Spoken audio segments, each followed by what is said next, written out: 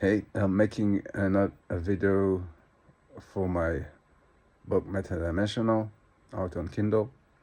So this one's going to be about abstract realism, or maybe better to say, the truths that we believe are absolute because they, such as mathematical truths, logical truths, that they are true insofar as the axioms are adopted, then they have to be true because they're just extrapolations over the base axioms. Usually that would be truths about mathematics because that's more interesting. Now,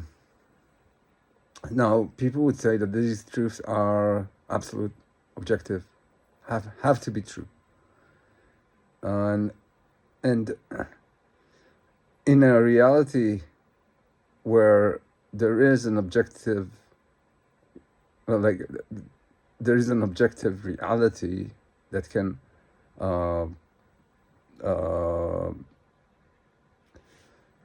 hold these mathematical truths for eternity and let them manifest for eternity, then yeah, they would exist for eternity, for the future. But that's, according to this theory, that's not how it is, and specifically, that's not how it is if in experience, and that's not how it is if experience is fundamental. Let me explain. Now, you think, let's say you think that 2 times 2 equals 4 no matter what. Assuming regular arithmetics and all that stuff. And but here's the thing.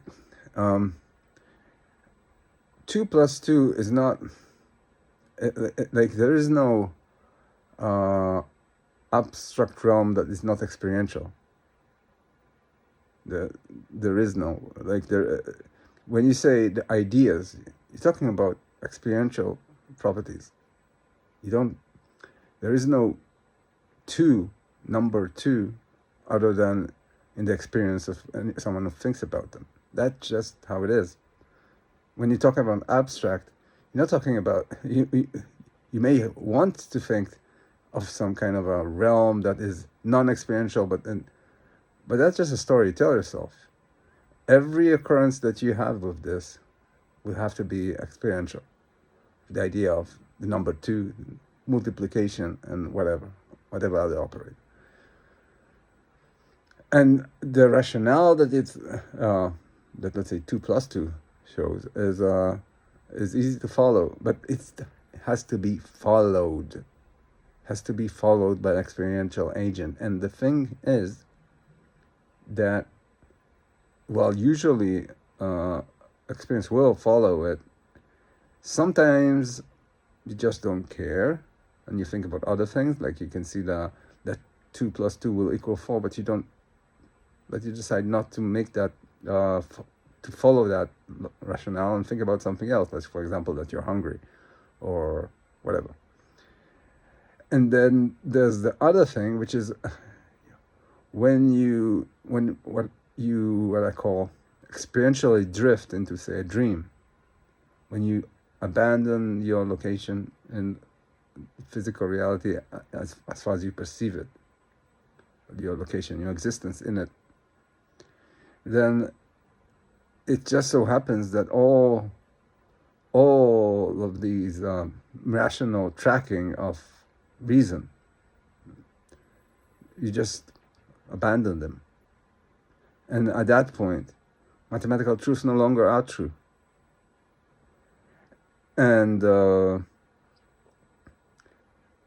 if experience is fundamental, if nothing produces it, then the reality of experience is the thing that determines what exists and what not.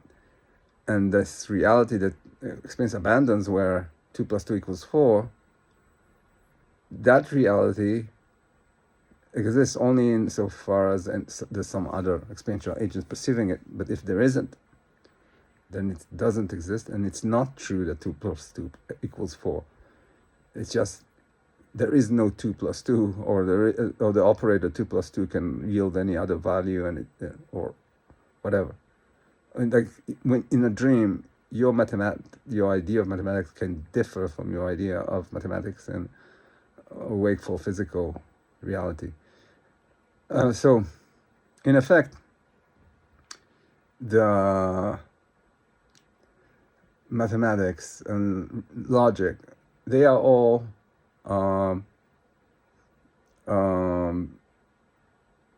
they'll depend on experience, and their operating system of rationality of mathematics is experience.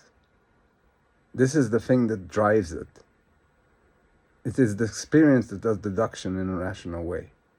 It is not something that exists because it exists.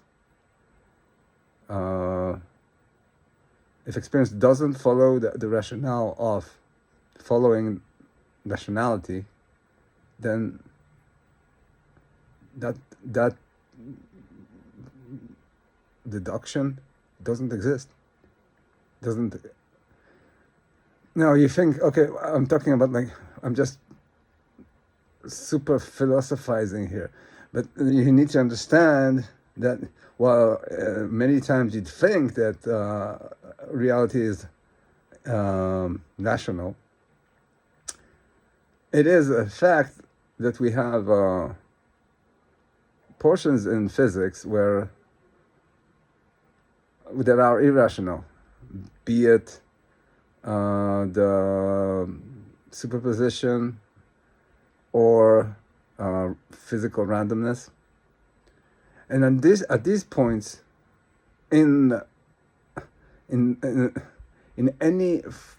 this point, you really can no longer make the claim that rationality is driving anything.